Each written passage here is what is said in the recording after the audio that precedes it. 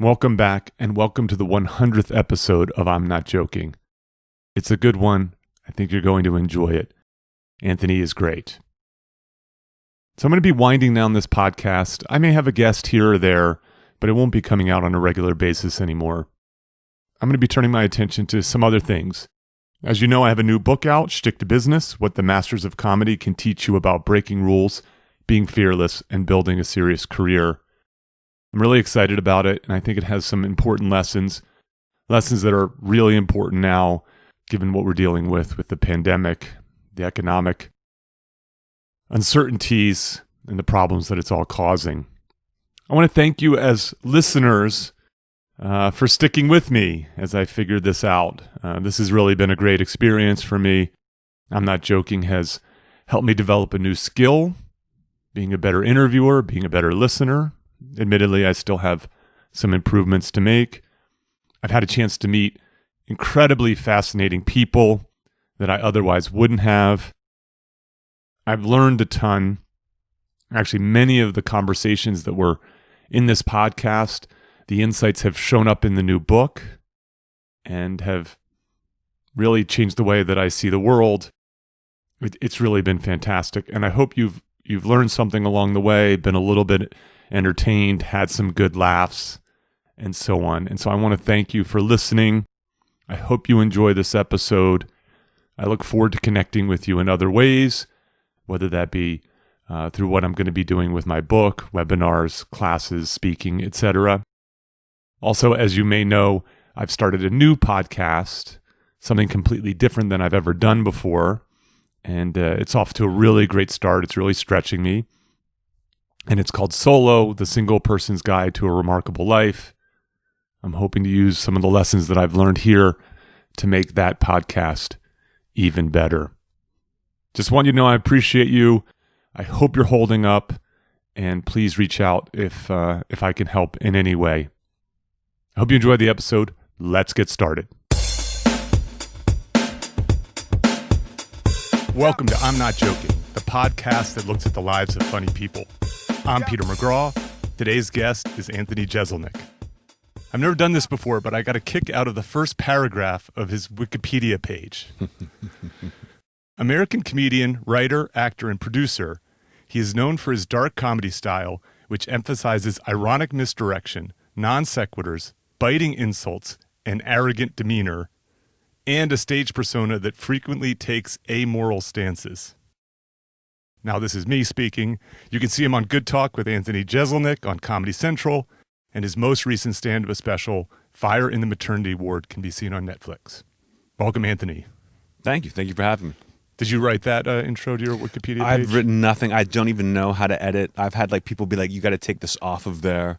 I would agree with all of that except for arrogant. I would use the word confident. Yes, I would agree. So if you weren't working as a comedian, writer, actor, or producer, what would you be doing with your life? I mean, I shudder to think. I got fired from every job I've ever had before I became a comedian. And even, the jobs I've gotten from comedy, I've usually gotten fired from. So stand-up is the one thing that, you do for a couple days and you move on. And that's been helpful. So I'd probably be in a circus or something. You really been fired for nearly everything you've done? Pretty much. I think I left Fallon on my own. I kind of quit that job. But it wasn't really quitting. It was like, I've been here long enough. I'm going to move on. But usually, yeah, I get fired. I just maybe it's my Pittsburgh roots or my family upbringing that I never wanted to quit a job. So I would just kind of check out mentally and they would notice. I see. And I would get fired eventually. I've had the opposite problem. I've never been fired. Really? Yes. And I think in some ways that's worse. I think so. I think I've been lucky to get fired because I don't get stuck in a job. Yes. People who are miserable at their job and they just keep showing up, it's hard to leave something when you're getting that paycheck. But if you get fired, it's out of your hands and you got to go hustle. Yeah, life has made that decision for you. Mm-hmm. Well, thankfully you haven't been fired from comedy. No. You haven't been canceled. Nope. I have to admit I'm a fan, and so I assume. I'm going to try to act natural. Yes. Okay. So, what do you have against babies? I don't have anything against them. I just think they are the perfect victim of a joke. It's pure innocence. And then you just say the word baby and everyone understands you should not do anything bad to them. And I do nothing but bad things to them. Yeah, so so this is in Fire in the Maternity Ward.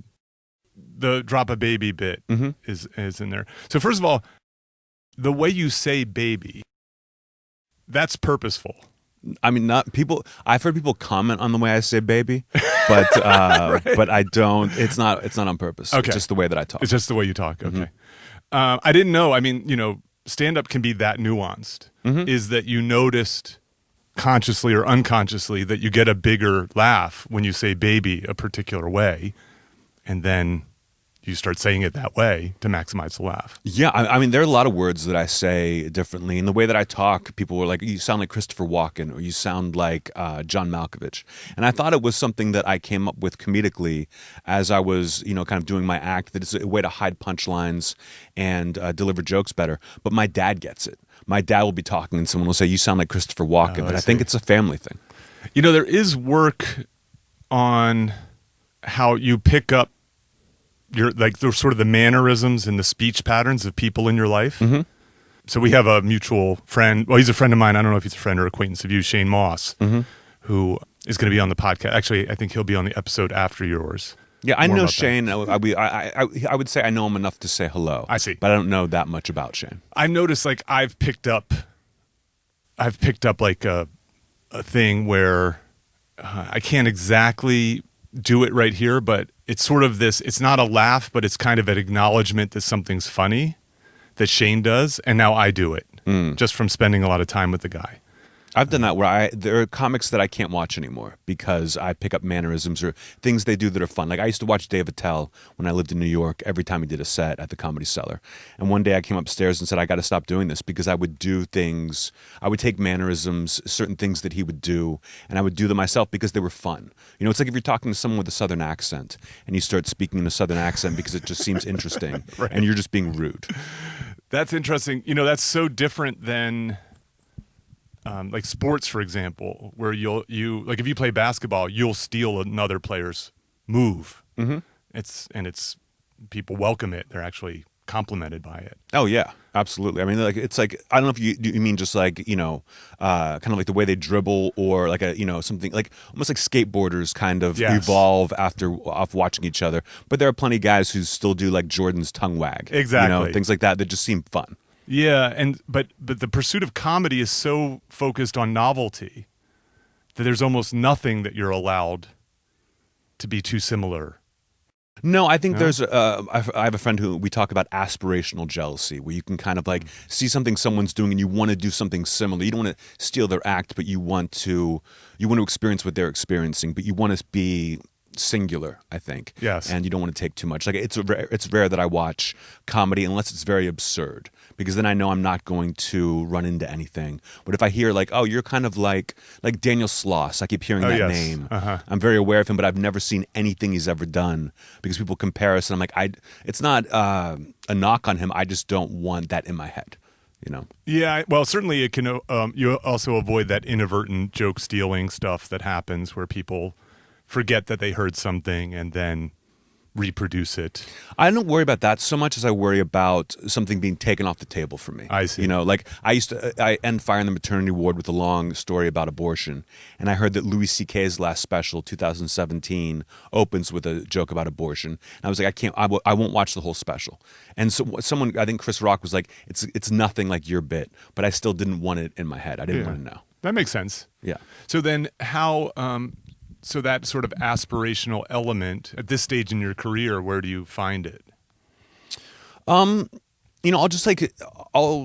internalize something. Like I watched John Mulaney's The Sack Lunch Bunch, and it was like, okay, this is interesting watching a comedian do this other kind of format, but I want nothing to do with it. It's like I would see someone do something and be like, oh, do I want to do a sketch show? Do I want to act? Do I want to do this? And usually the answer is no. I enjoy my little niche I've carved out for myself. And I compliment you for that. I'll get back to that in a moment. I actually want to finish up with the baby stuff. Sure. So I like that idea of picking the thing that just seems off limits and is not obviously off limits. Right. So, I mean, people have done this with things like rape jokes and stuff like that. But I like the idea of this sweet, innocent stimulus. Oh, yeah. And baby jokes have been around forever. I mean, it's vaudeville, if you want to go back. That how do you make a dead baby float? 1 cup of root beer, 2 scoops of dead baby. Like that is, I forget the comic's name, but it's one of the oldest jokes there is. So it's not like I'm reinventing the wheel. I just kind of brought it back. Yeah, it's true. I mean, I'm a little older than you, but I remember these truly tasteless joke books in the 80s. Yeah. Filled with dead baby jokes. And so, but you're not a family man. No. I don't have kids, but I'm a godfather to 2 kids. I'm an uncle. Like, I enjoy family. I see, yeah. So most of it just comes from, all right, you're not supposed to do this. And, obviously, it is an arousing, heightening stimulus.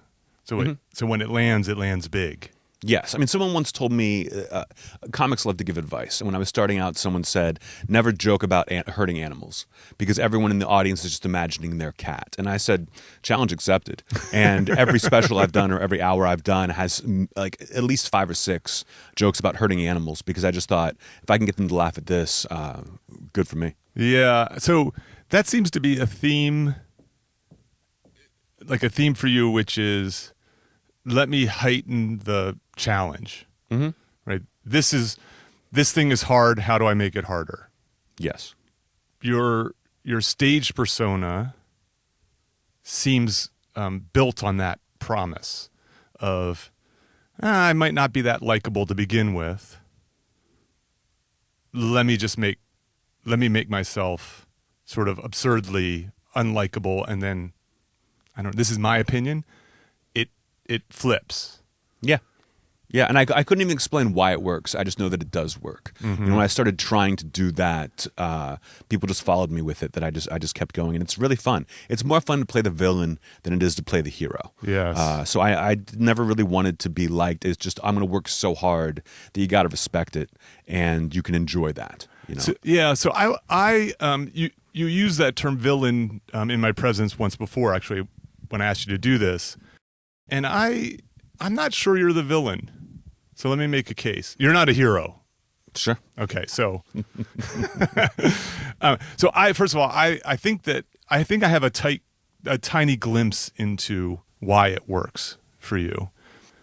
So my humor research collaborator, Caleb Warren, he's at the University of Arizona. His doctoral dissertation was on coolness, on what makes things cool. And what makes things cool, in essence, is this idea of being optimally deviant. So you're not totally deviant, right? We put totally deviant people into prisons and we exile them and so on.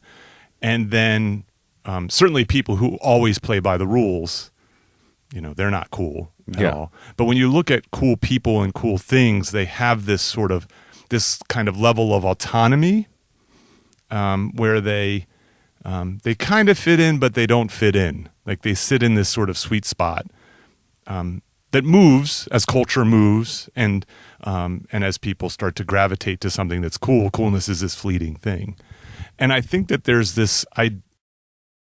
The world of rap is filled with folks like you, in a sense, of people who sort of know and say how great they are. And that's not a comedic persona.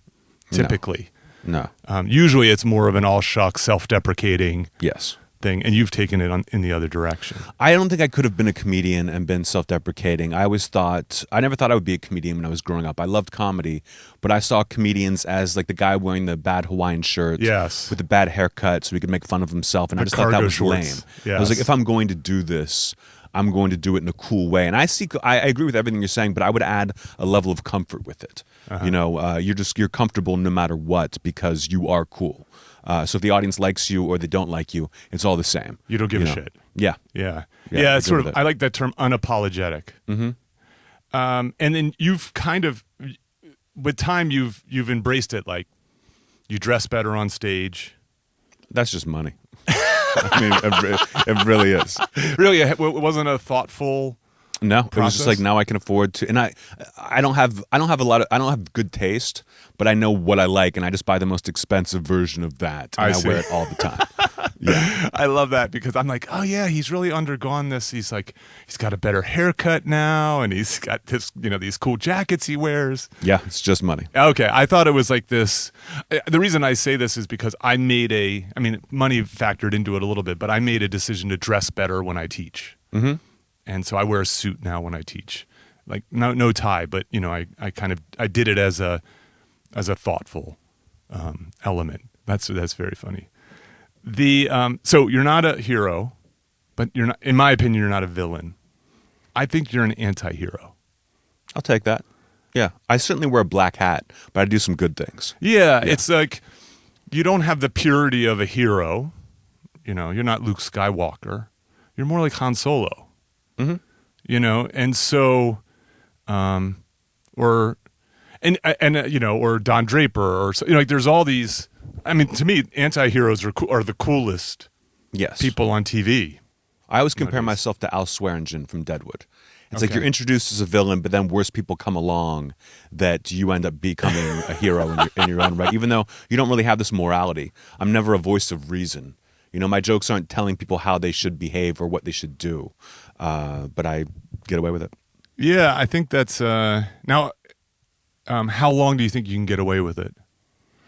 Like doing this, or like, do you think I have to like have some moral message in my comedy at some point? No, I don't think you need a moral message. Actually, I think it's refreshing not to have someone preach. Yes, I never wanted to preach. I never wanted to complain.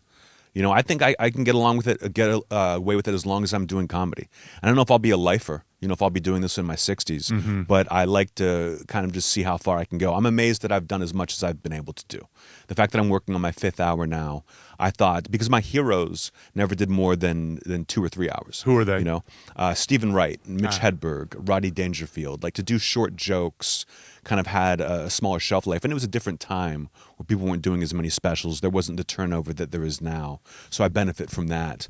But when I first started, I was like, can I get 15 minutes of this? Mm-hmm. Can I get half an hour of this? Can I do an hour? Can I do a second hour? And now it's just see how far I can go without getting too repetitive.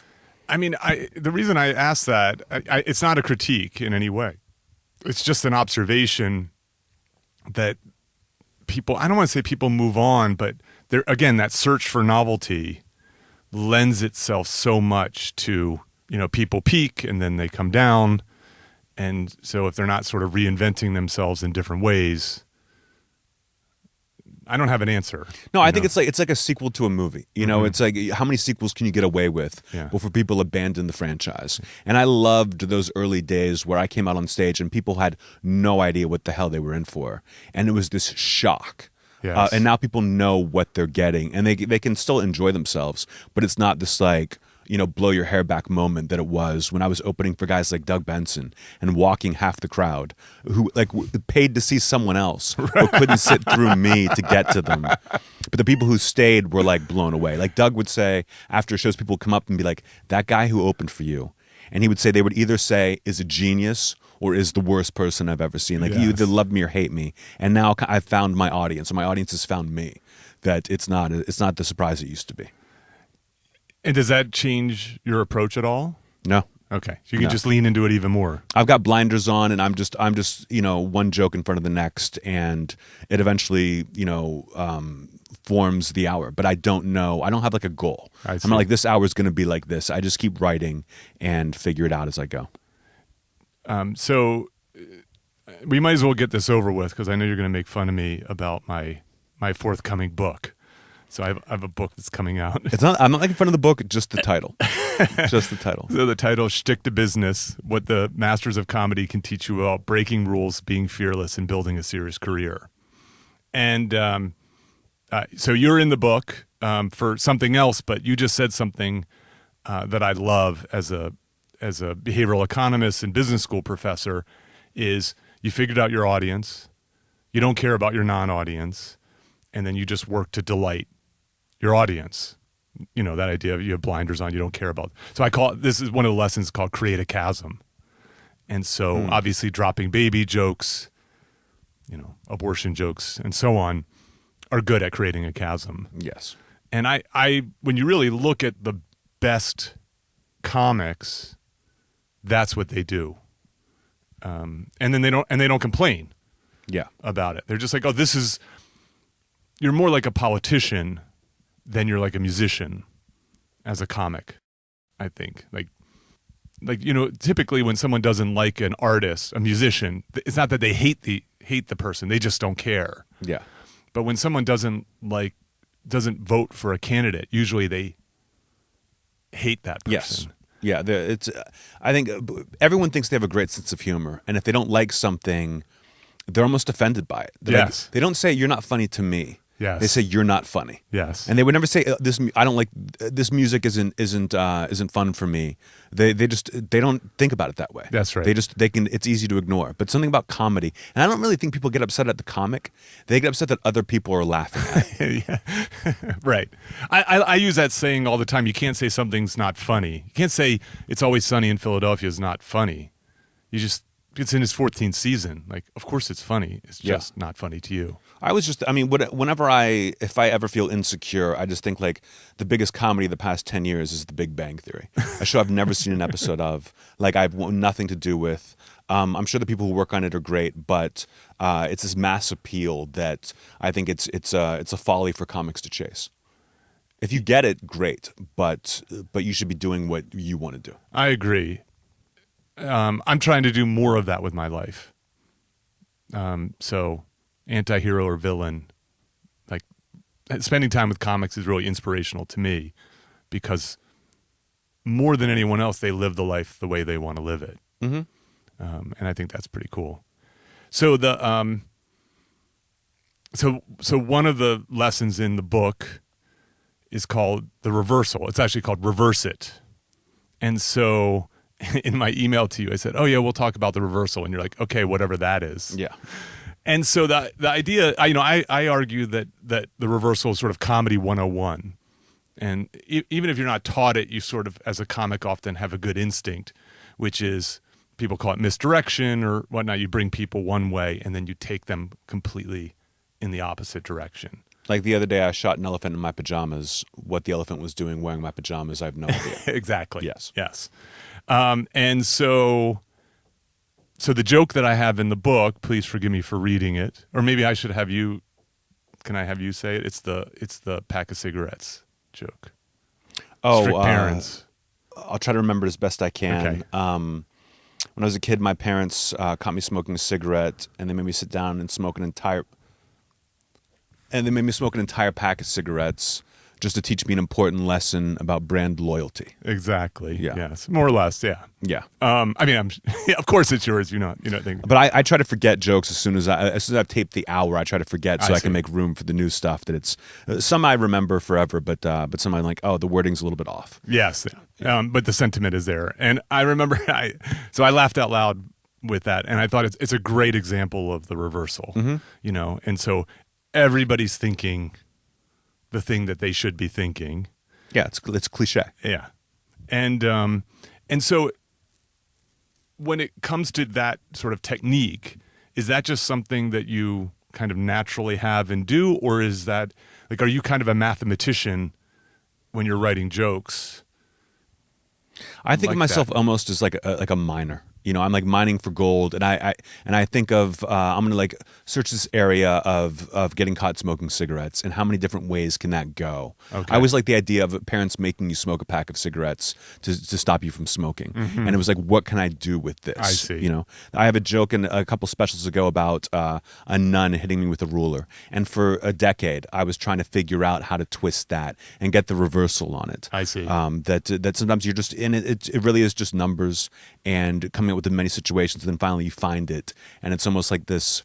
I think the best jokes are almost like the punchline is as far away from the premise as you can get it and still have a connection. Yeah, like trying to get a spark in between two wires, and the further apart those wires are and still get the spark, the bigger the laugh is. But they have to make that connection in their head. So this idea of you have these sort of premises, or not even premise, topics. Mm-hmm. That you it sounds like you kind of challenge yourself. Oh, I'd like to do something with that, but I don't know what like you have this written down. You said you spent a long time on the nun Yeah. I would just always I would always come back to it. I see. You know, it's not like and I try to delete, if I write a joke and it doesn't work, I delete the whole joke because I want to think of that premise again and see. have like a new take on it. If I have it written down, then I'm going to keep on going back to that. So if you delete it, you'll just think of it again. And if I keep coming back to something, and I'm not always successful. Like Alzheimer's was one that I was really trying to crack, and I finally got it in my last special. You know, finally got a way that even if Alzheimer's is such a horrible thing that people hear the word, and if they have it in their life, they're already cringing. But then I had the joke that I've never heard a complaint about it. This is the knock on the neighbor's door. Yes. Yes. Yeah. But like I'll put it in the exhibits for. I've been trying to, like, for years. I keep thinking of like alligator wrestling, and I can't fucking crack it to save my life. But like for some reason, that just keeps coming back to me, and so eventually one day maybe I'll have a joke. So you really like what you do. I love it. I could just tell, like even just looking at your face as you're talking about this alligator joke, you're like, oh yeah, I'm gonna crack that one at some point. I love writing. I mean, people like, I was talking to someone else about like, do you let people give you jokes? And I said, absolutely not. I don't even want to hear it because that's like, it's almost like saying, let me perform your jokes for you. You think that comedians just want to be up there on stage getting the love. I get just as much, if not more pleasure out of cracking a joke. And like, when I say crack, I mean like solving a premise in a way that I do from actually performing it. That yeah, I love writing jokes. Like after every special, you're almost like, what do I do for the next one? It's like, oh, do I get personal? Do I try to tell more stories? And I always come back to, I truly love coming up with a joke in the fewest amount of words possible, the shortest possible joke, and just knocking it out of the park. Like that is why I do this. Yeah, you're sort of old school, you know, Hedbergian or Stephen Wright like in that way. And so, okay, so you like the writing process, which I think is great. I mean, for me, it took me a long time to start to enjoy writing. It didn't come natural to me. I had to kind of practice it until it happened. I don't think it comes natural to anyone. You know, I remember specifically when I started out, like I would write a joke that I was really excited about and would do well. And then this fear would overtake you as you're writing more jokes. And you're like, did I write the best joke I'm ever going to write? Am I now done? And then when you write a new one that is just as good, if not better, then that process starts again. I started to fall in love with that process of that self-doubt and then overcoming it. And it's just through, you know, you got to keep going. You know, it's interesting you say this because, so as an academic, I mean, so I've been in academia for more than 20 years now. And so I've had two things that have happened that are reminiscent of that feeling. So the first one is I wrote my best paper in grad school. So the second paper I published, and I co-wrote it. It has the most citations and so on. And then my second best paper I published maybe 10 years ago, and that's on. So the first paper is on mixed emotions. Can people feel happy and sad at the same time? And the second big paper, it's not nearly as big yet, at least. I hope it could be, is about what makes moral violations funny. So basically your act. I wrote a paper trying to explain why people laugh at Anthony Jeselnik. And what's striking about the humor research as a body of work is I'm confident that I'll never do anything better than that in academia. Like I could keep trying for another 20 years till I retire, and I'll never, like I've done my legacy building work, so to speak. And I could keep chasing it and enjoy, you know, I enjoy the process of writing papers and doing research enough that I could do that. But I'm now at the point where I think I need to do something else. Do you feel like this is like a universal, like if someone looked at all your work, they would agree with you, or do you think this is all in your head? I think they would agree with me.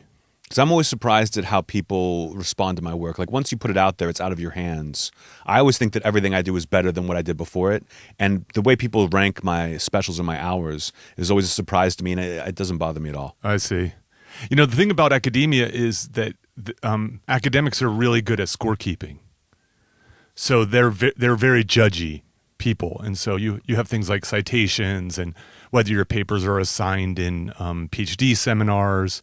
And then like when you go up for tenure, you don't even actually really get evaluated based upon your entire body of work, but they pick like 3 or 4 of your best papers and send them out to senior scholars to evaluate.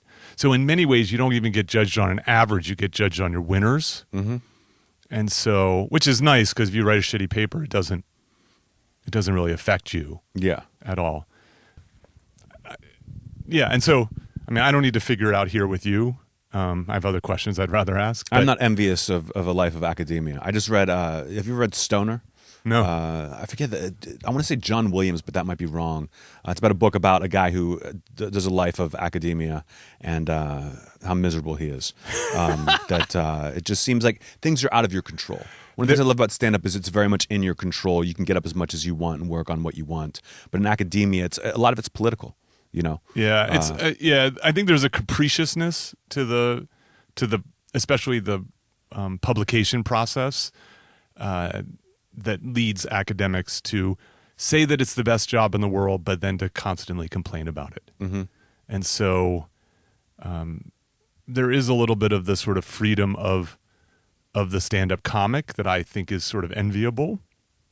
That said, the flip side of academia is this notion of tenure, right? So you're unfireable, at least, and I think the term is unless you commit. There's moral turpitude. Yes, it's in a contract somewhere. Sleeping with a student. I get it. These kinds of things. I get it. So, well,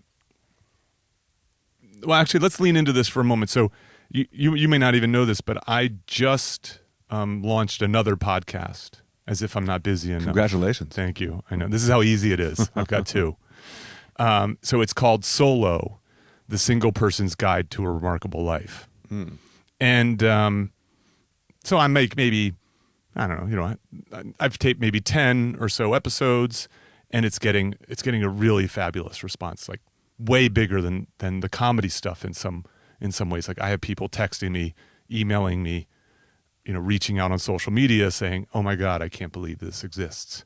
And it's essentially, to use the term that we talked earlier, it's kind of an unapologetic approach to being unattached. Mm-hmm. Whether it be for now or forever. And I think it's designed to be a very positive message, which unfortunately I think most people don't get.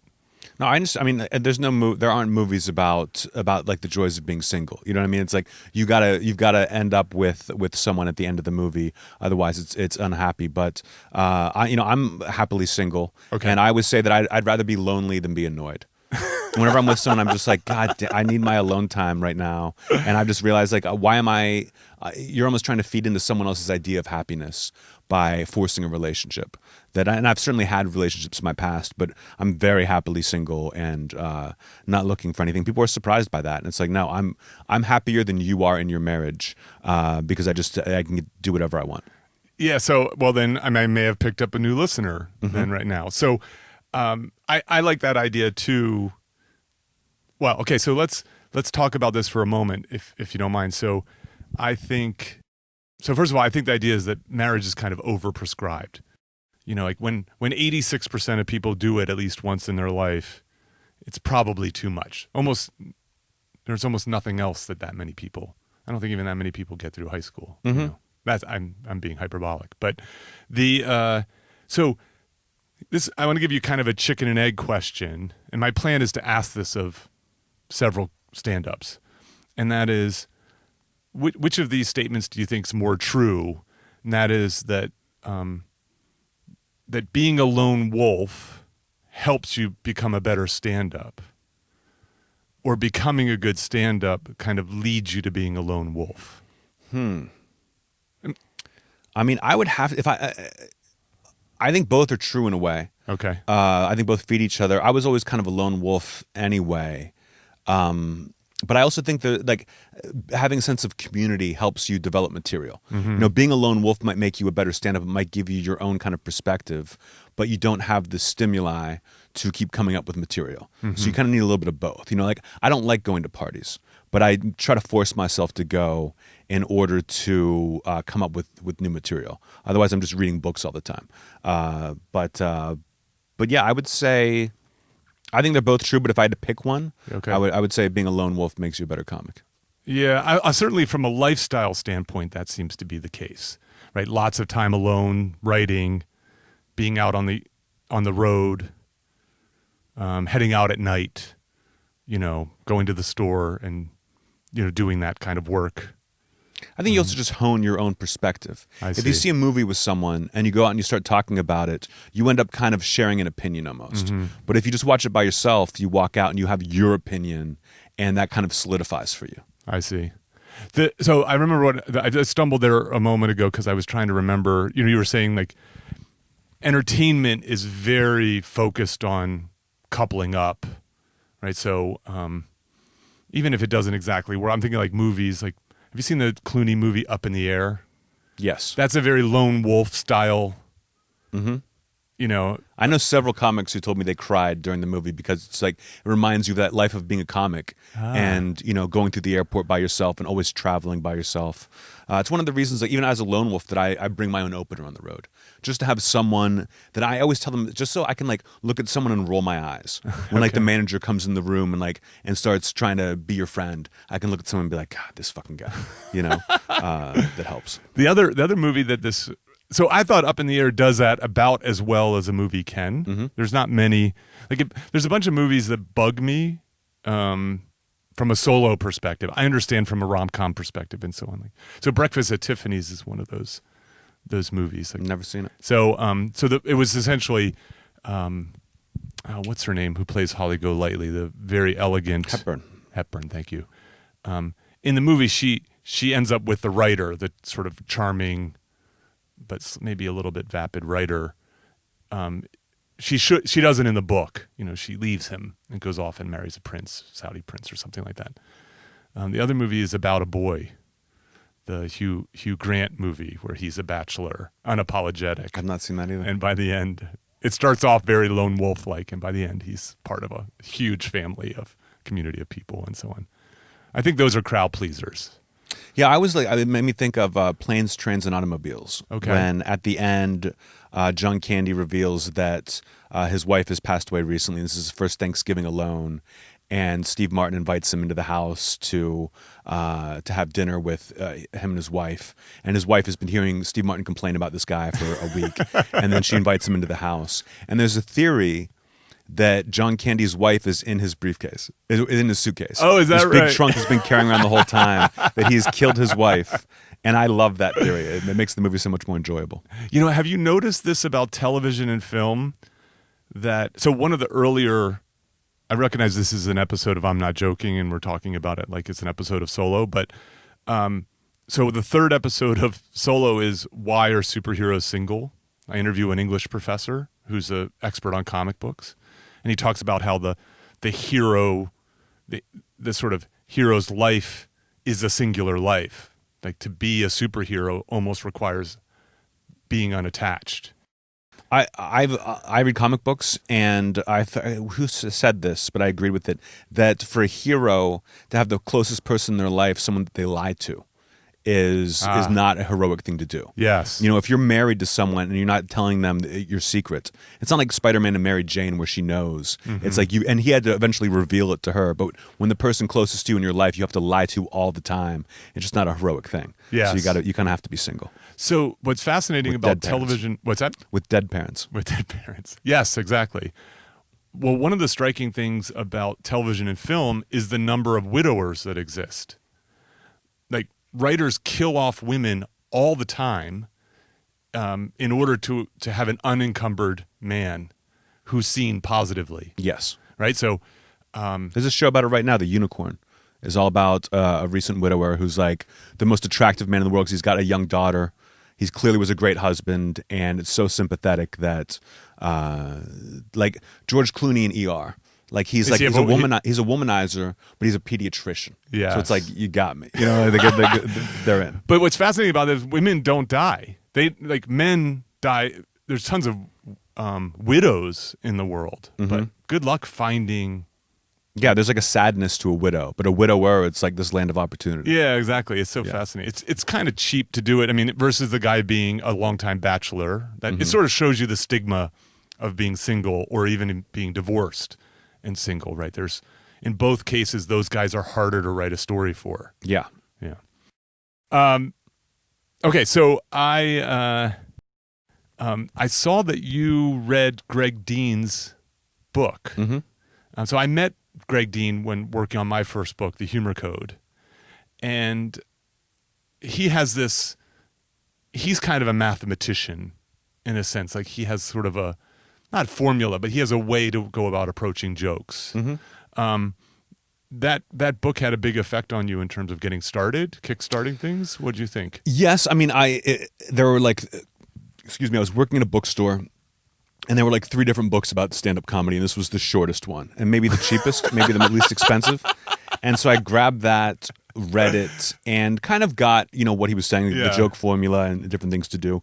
And at the end of the book, it said, this guy teaches a class in Santa Monica. And if I had read this book in New York, I don't think it would have had the effect that it did living in LA and having just moved there, that I just started taking the class. Oh, you did? Okay. Yeah. We sat in on the class, my co-author and I. We sat in the day he was teaching riffing, which was fun. It was cool to sit in on that. The problem with the class is that you have to teach to the whole class. Comics are individuals, but when you're teaching someone to do it for the first time, you really have to say, talk about your life. Yes. You can't say, write really dark one-liners that have a clever twist on it. That like I got a lot from the class, and that I don't think I could have gone to an open mic and just walked up there. I would have been so lost and not had any kind of structure that I would have failed miserably and never gotten on stage again. By doing the class, I had some sort of structure that I eventually got away from, but it gave me that first 7 minutes to be able to go and workshop and then eventually get away from. But people think that a stand-up class teaches you to be funny. No, it just teaches you to take the mic out of the stand. Don't run the light. Like things that I'm glad that I still use to this day. But funny had nothing to do with it. So I've done stand-up 3 times in my life, and that's probably twice too many. And my first time out on stage at an open mic, I pulled the mic out of the stand and the cord came out. Right, that's my start. I mean, it's better. I think Greg Dean is the example of somebody taking out their teeth. Going to pull, and they're so nervous they pull it out and they hit themselves right in the mouth and knock their teeth out. That I was like, you move your head to the side and pull the mic out that way. That I've always done, or I just leave it in the stand. Yeah, I think that's. Obviously I'm an educator, so I believe that. No, you can't. You can't teach people to truly be funny and become elite, but you can cut the learning curve. And so, whether it be the sort of tactics and just even like giving people a glimpse into kind of the grind behind it is useful. It's almost like a driver's ed class, I think. It's like you really have to get behind the wheel and drive by yourself, but the driver's ed class kind of gives you what you need, the confidence to be able to start doing that. But the movie Comedian with Jerry Seinfeld taught me more about stand-up than anything else I've ever read or seen. That movie just, I consider the day that movie came out in theaters, which is the first time I saw like the first showing at a theater on Sunset that was playing Comedian. The day it came out, October 11th, 2002, I consider to be the day I started doing comedy. That's like my comedy anniversary. That's fantastic. It's interesting you say that because I started, what year was that you said? 2002. 2002. So I started studying humor in 2008 and I watched Comedian around then, and it had a huge effect. Yeah. Just to get a glimpse into the world. But why such a big effect on you? Because it gave you that backstage view? No, it was this guy who was a comic god, kind of starting from nothing and building up. That it was like, no matter who you are, what you're doing, you just had to keep on writing and keep working, keep getting on stage and failing. And that failure was good. Everyone's going to fail. Like, I think it was Ira Glass talked about how the biggest obstacle in any young artist's life is that they want to become an artist in whatever art form they choose because they have great taste and they love certain things, but their ability level is not at their taste level.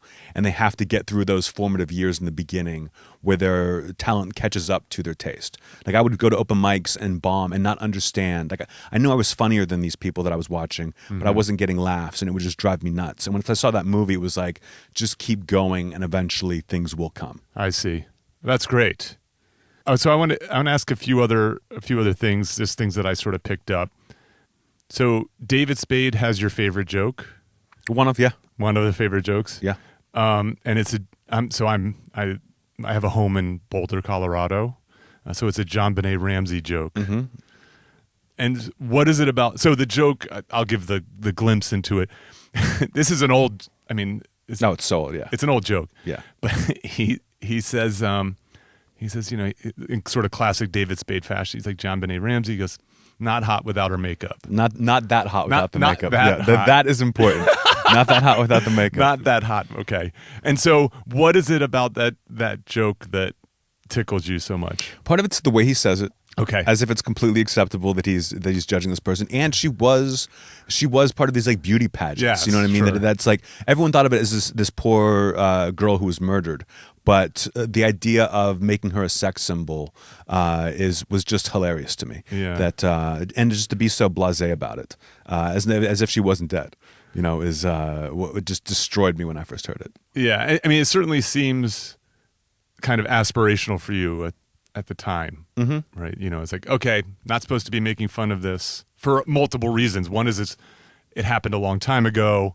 It's about a child. It's about a brutal murder, and so on. But universally getting away with it. Like no one got mad at him for that joke. That I love that.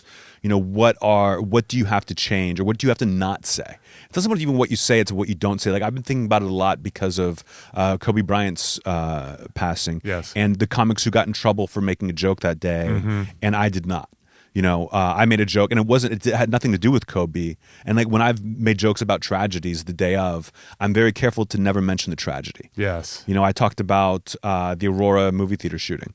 And the joke was, other than that, how was the movie? Yes, you know, I remember that. I don't say Aurora. I don't say theater shooting. Even the joke the tweet that almost ended my career, the Boston Marathon tweet. I don't say Boston. I don't say marathon. I don't say bombing. And which is one of the reasons I was so upset that I was made to take it down and delete it, was because I thought I played it perfectly. I see. You know, that you can see it and it doesn't set off those triggers for people. Yeah. So I'm going to sound like that. I actually wrote a paper about this idea of too soon, and approached it from a different standpoint about how the passage of time can help transform what. So the theory that we use for what makes things funny is we call it the benign violation theory. That people laugh at things that are wrong yet okay, things that are threatening yet safe, and so in the paper we say like too soon comes about because you don't have enough with psychological distance. So the passage of time, the actual physical distance, relational distance, and so on helps transform violations into benign violations. But that's only one lever that you can use to take a tragedy and make it into comedy. There's a bunch of other levers. You know, for example, like I think this victim lever is an important one, right? It's why The Onion could get away with its 9/11 issue, because it didn't make fun of the victims ever. It made fun of the terrorists. Yes. And so that's a really interesting perspective of, I mean, obviously you're one of a small select group of comedians who are well known for making a reference to a tragedy, a comedic reference to a tragedy soon after. So much so that people text you, don't do it. Yeah. So you know something's happened even before it's happened. I never thought of it in that way, that you are, people know that you're talking about it, but you never reference it. Yeah, you leave out. If you saw it any other day, you wouldn't know what it was, what you were talking about. That you just really you can't trip any of the wires. You know, I don't know exactly why that is, but if it's, you don't want to be a troll. Like I'm truly trying to make people laugh, yes, and not upset them on this day. I'm not trying to be too clever, but it's kind of just, it's subtlety, it's nuance. Yeah, so that's probably the most villainous part of your act. Anything current, anything it deals with reality, because almost nothing in my act is like I have an Eric Clapton joke, which is one of the only jokes where I'm like actually referencing a specific tragedy that he would be upset if he heard that joke, and I'm sure he has.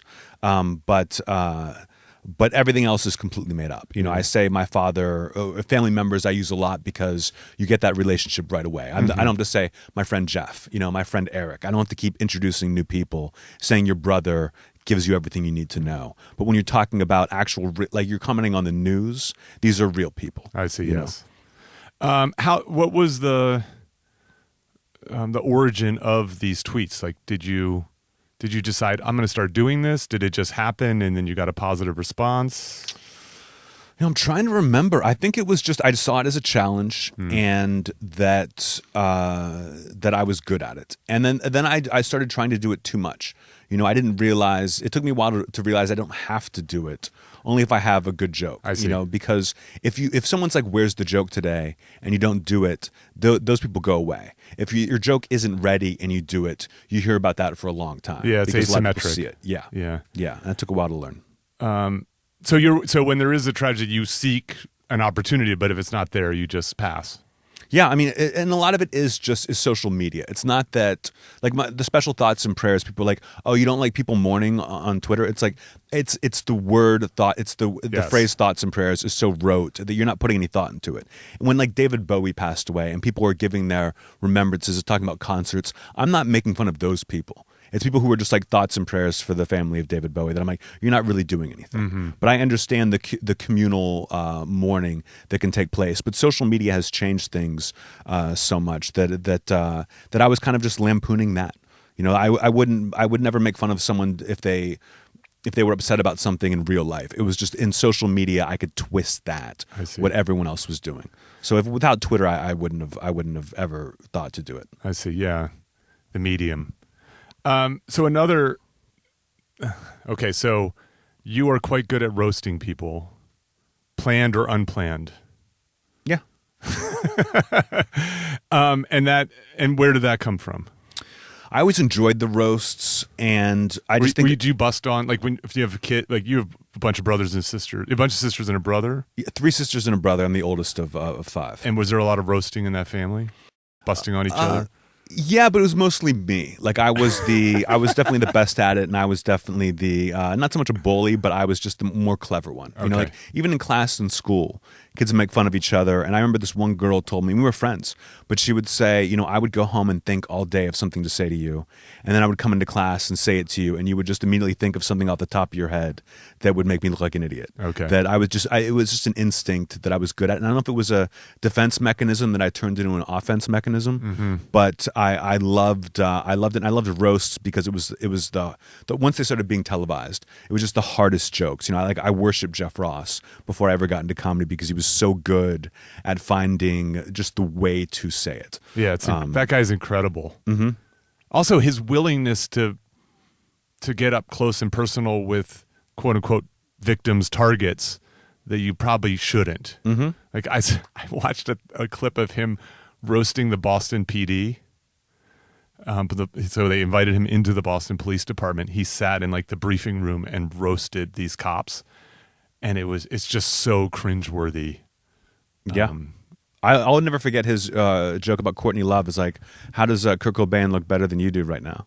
And this was like years after he died, and she was a mess at that show. She was definitely on something. I see, but it was just, I couldn't imagine any other person going there at that time. The roasts have gotten much meaner and evolved as new performers come in. But Ross is I think the prototypical roaster, definitely the godfather of the roasts, I would think. Yeah, I had Julie Seaball on this. She has a book on roast battles, and this is kind of a comedy form. Is a really fun one, especially in an age which is so politically correct. It's headed in completely the opposite direction. Mm-hmm. So the Comedy Central roasts, I think, are so fascinating. Actually, they puzzled me for a long time because I had done a bunch of looking into the Friars Club roasts, these sort of old school roasts where friends roast friends. Mm-hmm. And the Comedy Central ones really puzzled me because these are not friends. No.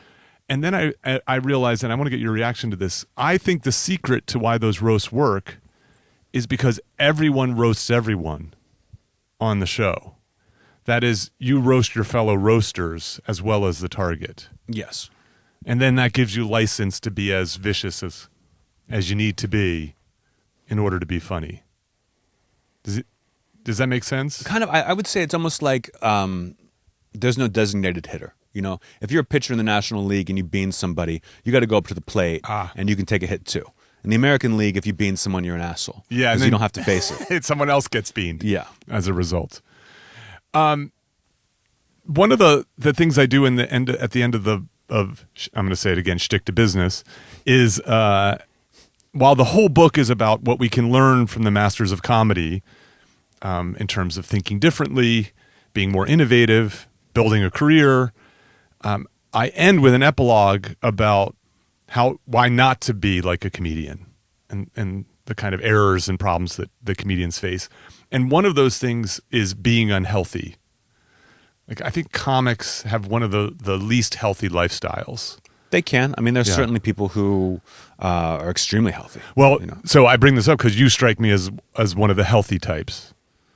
I'm healthier than most, I would say. Well, because we were setting this up, and you're like, I work out at 4:00. Mm-hmm. And so that's a good indication that you're healthy. Yeah, but I work out 4 or 5 times a week with the trainer. I work out hard. 90% of it is because I grind my teeth so badly at night that the only thing that kind of resets it is a hard workout. So it's like it's almost to take care of that. So you work out for your mind, your emotions more than your body. No, it's my body. I mean, I think it started with my mind, but now it's almost like a reflex that I can't fall asleep or relax without clenching my jaw. That for that hour, my jaw relaxes while I put myself through hell. That's fascinating. I have a little bit of the same issue. I have a bunch of deadlines, and so I fall asleep fine, but I've been waking up. Yes, and it's overactive mind. A little bit of anxiety. It for me, it's like I usually sit in this sort of sweet spot where, kind of gets me up and going, keeps me vigilant, but on occasion it gets in the way. Mm-hmm. And but I think you don't want to be too comfortable. If I was too comfortable, I wouldn't have the drive to write and perform and be getting better. That this teeth grinding thing is the pebble in my shoe, but I'm still climbing the fucking mountain. Yeah, I still have to do it. That's well said. I've learned to appreciate that part of myself. Like, know that that's it is a bug, but if I did away with it, then I'd have to do away with a lot of things. So going back to solo for a moment, one of the sort of principles that I have, I'm working on these sort of ideals, and that is to live on your edge. Try to live on your edge where you're not too far across it, where you're kind of hapless, but you're not too far below it where you're bored. You sit in that sweet spot of you're constantly pushing yourself and recognizing that you want to sort of always be on your edge. The moment you sit in the rocking chair, you're in trouble. I just can't believe you talked me into doing 2 podcasts. Well, I can't help it because the baby thing. I was like, I wonder if this guy's not a family man. And then the lone wolf thing, I'm not surprised to hear. Mm-hmm. So you had, speaking of this kind of, you have this amplified personality on stage, where you're sort of the person you are right now, dialed up a bit. I used to say that, and then I was reading, someone wrote a profile on me, and they interviewed my friends, and one of them said, that's Anthony, but without all the warmth. Okay. And so I don't know if it's amped up or you it's subtract. Like, yeah. You don't add. Yeah. And again, it's not calculated. It's just kind of how I've, how I've just evolved as a performer and as a person, that I don't think about it. It's not like, I've got to take the warmth out. It's just, this has gotten me laughs. Let's follow this. That until I see someone else say it who knows me well enough that I'm like, I understand why they would say that and I agree with it. Only then do I realize it.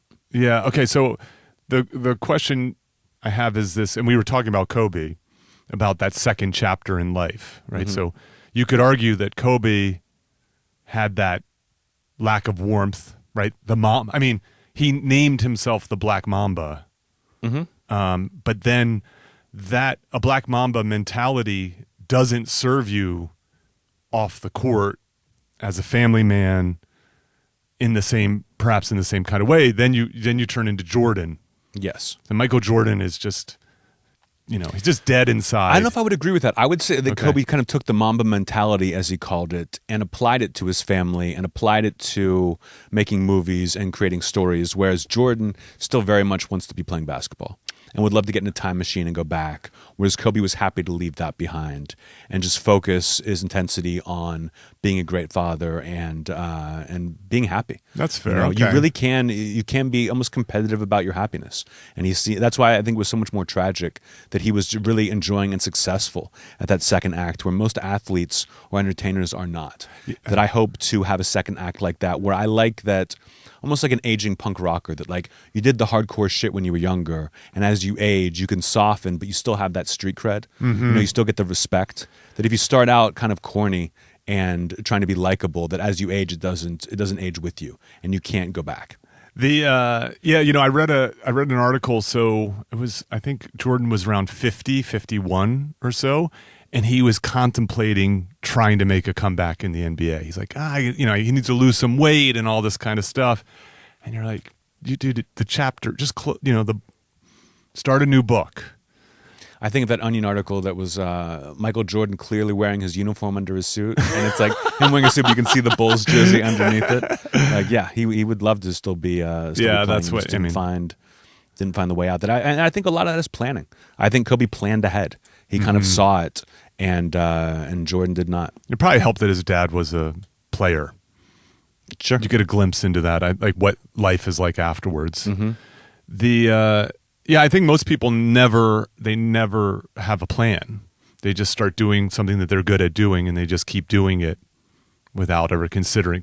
Because they're not getting fired, they're never forced to come up with a different path. Mm-hmm. And they don't realize that they're going to change. You know, like if you're an athlete, you don't realize it's going to get harder to rebound, you know, after a game. Mm-hmm. If you're an entertainer, you don't realize that, you know, the people are like, strike while the iron's hot. The iron is going to cool down to the point that you can't work anymore, and you better be prepared for that. Like, I'm always, I don't know if it's just because of the offensive nature of my comedy. I'm ready for my career to end at any moment. I see. You know, I saved my money, and I think, like, if it ended tomorrow, if this was it, or if I just can't write jokes anymore, what do I do then? That I'm prepared for that. Yeah, that makes good sense. Also, because now you have freedom, mm-hmm. right? Because I mean, I've always liked money. Well, so when I was young and poor, I liked money because I could eat and house myself. And now my pursuit of wealth is not for wealth's sake, it's for autonomy. Mm-hmm. Is that to get to the point where you have, you know, kind of fuck you money. I always like to say, I don't have fuck you money, but I have fuck you everything else. Well, I mean, I suspect if things keep going, it's a matter of time. Yeah, I just wanted to be, when it comes to money, like, I was so poor when I started out that having, like, once I wasn't living week to week, mm-hmm. I felt like I had all the money in the world. I see, yeah. You know, like Jimmy Kimmel would say, people said money can't buy happiness. But when he started out, he couldn't go to lunch with his friends. So once he had money, it was like, money does buy you happiness when you're that poor. But now I just don't, I fear regret.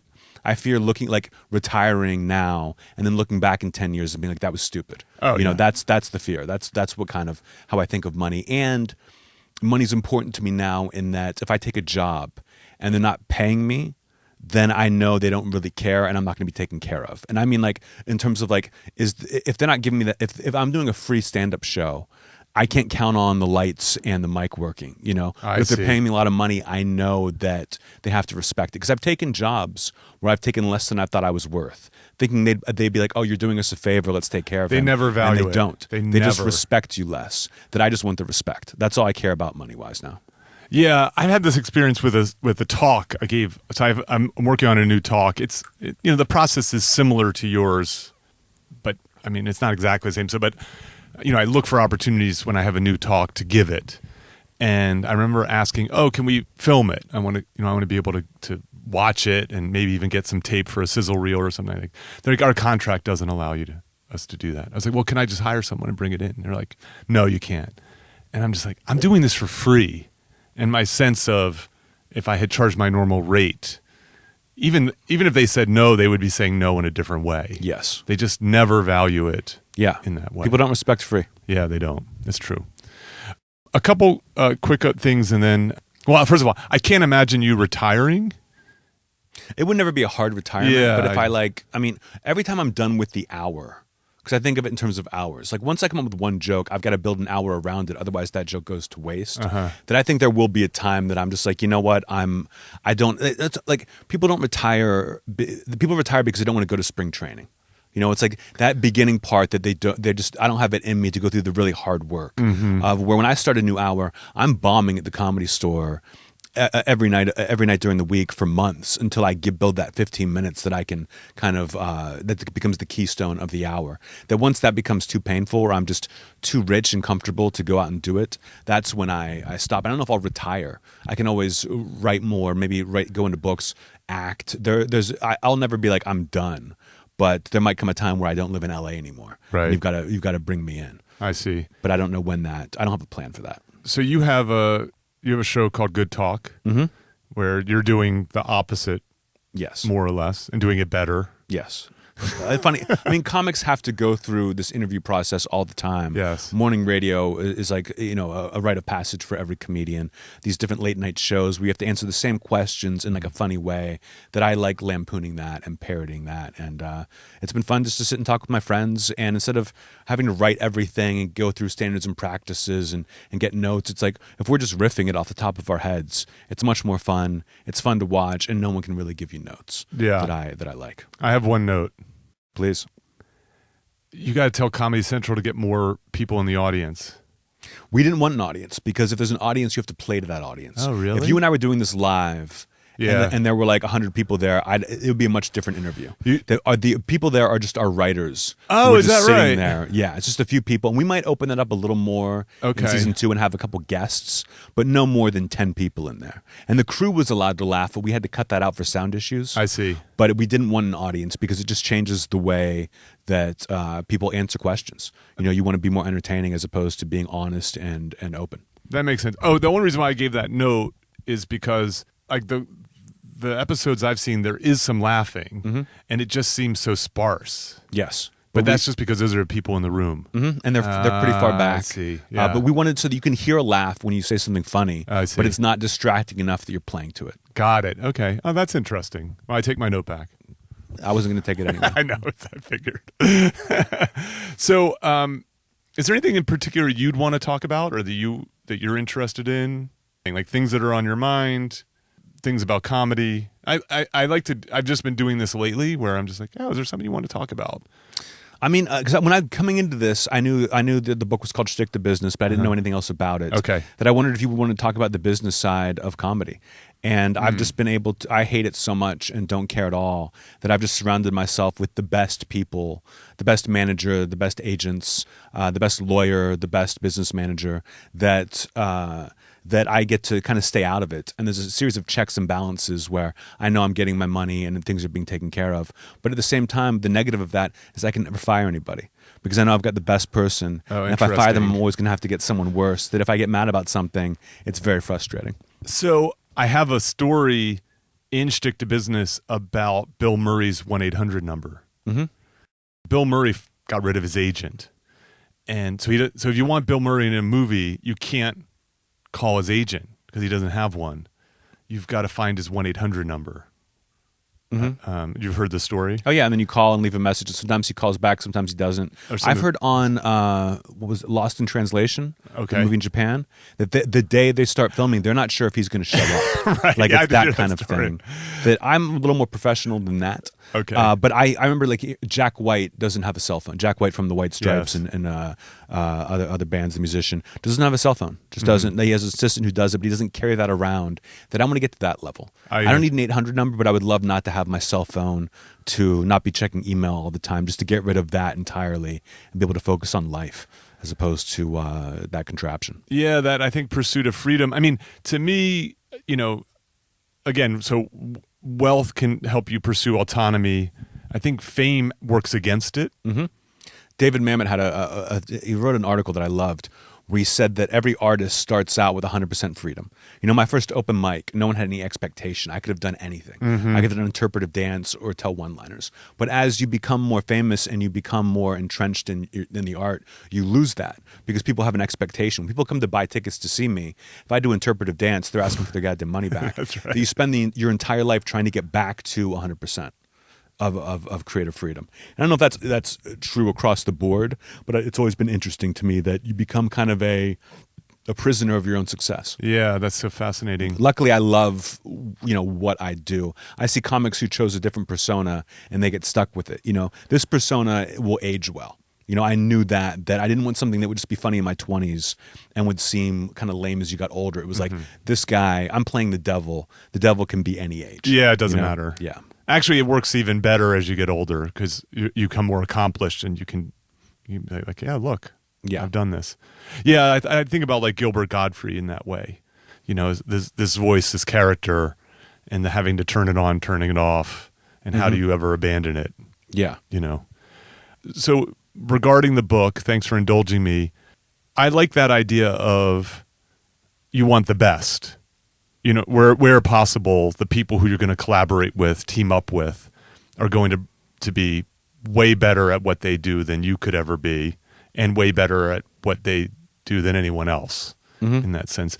Do you have, so imagine someone is listening to the podcast and they're kind of an aspiring entrepreneur, or there's someone who's kind of like they're sort of stuck in the corporate machinery and they want to kind of take their career to the next level.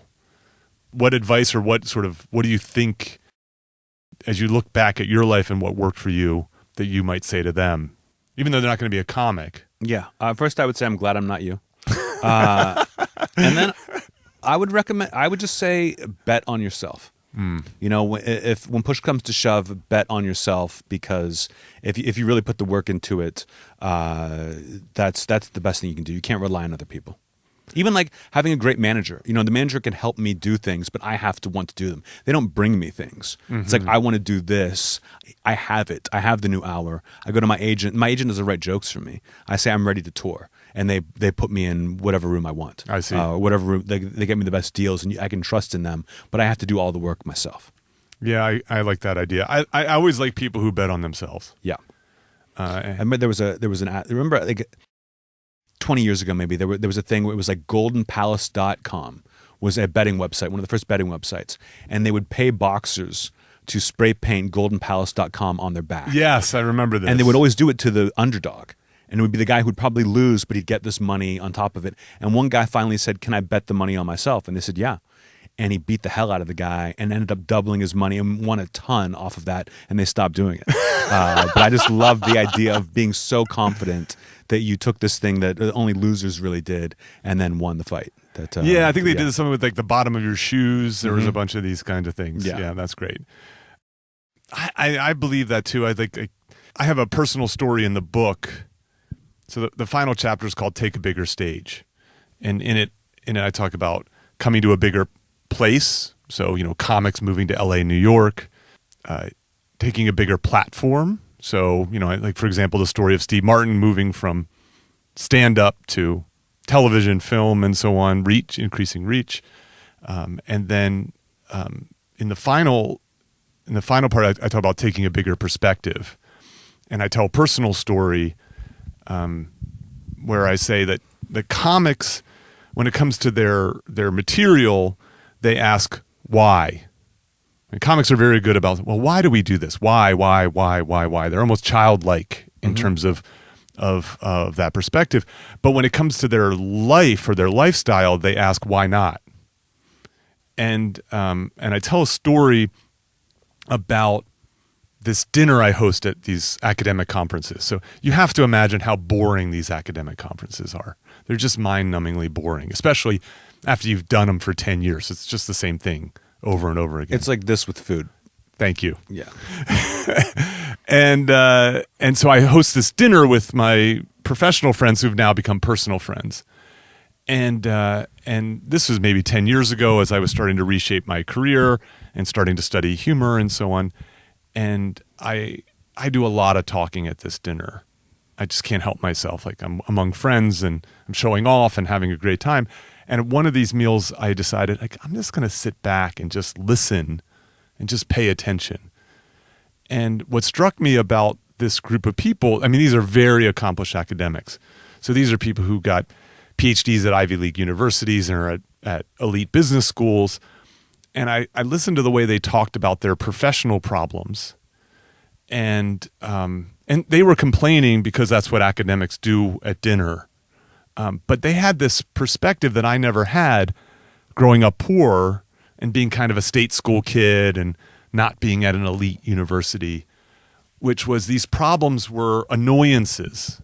They weren't sharks to be afraid of. They were mosquitoes to be squashed. Mm-hmm. And I remember thinking at that time, like, why not me? Like, why can't I learn to think like this? Why can't I become more? So there's this term in psychology about being either having a prevention-focused mindset or having a promotion-focused mindset. And I grew up with a prevention-focused mindset, which is you want to avoid bad things happening. You know, and so you might do well on an exam, but you do well because you're studying hard to avoid an F. You might do well in your career because you don't want to be homeless. But these folks have what's called a promotion-focused mindset. It's like they're focused on achieving things. They're never worried about failing. Mm-hmm. And so a promotion-focused person studies hard because they want an A on an exam. And they work hard in their career because they want a nice house, you know, that kind of thing. And so that idea of betting on yourself is a very promotion-focused mindset. I didn't think of it that way. Okay. I thought fear is the greatest motivator, and nobody wanted me to become a comedian. You know, in my family, my friends, it was like, you're throwing your life away. And so it was like, I wasn't allowed to fail. You know, I was embarrassed to say I was a comic for the first few years until I got on TV and became a little more known that I could point to something. But I thought the only thing worse than that was someone who used to do comedy. You know, someone who said, I used to do stand-up, that seemed like, I'm not going to let that become my life. Okay, but so that was at the beginning, but now, does the fear still motivate you? Mm-hmm. Yeah, a fear of I've set the bar high. Okay. And I don't want to have people leave my show and say, oh, he used to be really funny. You know, that I need to keep getting better and better. It's a real fear. That's interesting. So yeah, to me, you know, what motivated me early in life was the fear. And then I added this layer of anger onto it to do it. And I've really worked to give both of those things up. Because so the anger, by the way, anger works. Oh yeah. Like I'll show you, right? That's the Jordan approach to basketball. I'll show you kind of thing. Mm-hmm. The problem is that just turns you dark inside. I think you have to be careful. I think anger is very helpful and motivational. Bitterness will ruin you. Okay. But I have a therapist. I work very hard not to be bitter. When something makes me angry, I use it. I see. But I talk about it in order to never let something become bitterness. Yeah. Never. Because I've seen it happen to comedians, actors. We call it like the light goes out in their eyes. Like they're still kind of working and they have all the money, but they don't have that light they used to have. Yeah. That I'm terrified of bitterness. My therapist helped me give it up totally. Anger totally, which is instead of doing it to show them, I just do it because I want to do it. Mm-hmm. And that's helped me a lot in terms of just being a happier person and approaching the work with joy more so. I think anger's cool. All right. Yeah. I mean, I get it. I'm not arguing with you. I'm just saying that, yeah, to each their own. I mean, good for you. You probably have a happier life than I do, but I like getting mad. Well, also, I don't have the same job, right? So, you know, the thing about jokes is they're often pointing out what's wrong with the world. I forget whose quote this was. Someone asked him, what's wrong with the world? And he said, I am. And I love that. Well, Anthony, this was super fun. I really appreciate you doing this. I know you've got a workout to get to. What are you going to do today? Today is Pilates. All right. Yeah, today I focus on not throwing out my back when I do my other workouts. Yeah. Oh, one last question. What are you reading, watching, or listening to that's really good? Right now I'm listening to the new Lil Wayne album, Funeral, which I love. Okay. I think it's great. What am I watching right now? I'm watching the Michael Vick 30 for 30 documentary. I saw part 1 last Thursday. Part 2 is this Thursday, which I'm loving. It's one of the best 30 for 30s I've seen in a while. What makes it so good? it's just insanely well done, and Vic is a part of it and very open about his screw ups, and it's just well done. You see a documentary about something fascinating, but it's done poorly. Yes, for some reason, this is fantastic. And I am reading. I just finished a book about the Spider-Man musical, but I'm in the middle of a let's say it's called the Outline Trilogy by Rachel Cusk. Rachel Cusk, yeah. I finished the first book. I'm in the middle of that, and I'm going through a Joan Didion phase right now. Where I'm trying to read all the Joan Didion that I have not read before. I don't even know who Joan Didion is. Is that bad? That's bad. You're making a face. That's bad. What does Joan Didion do? Right. Now she's like in her 80s. She's written some of the best memoirs and essays. Have you ever heard of The White Album? Her book of essays. Played as It Lays was one of her novels. Maybe the greatest writer in American history.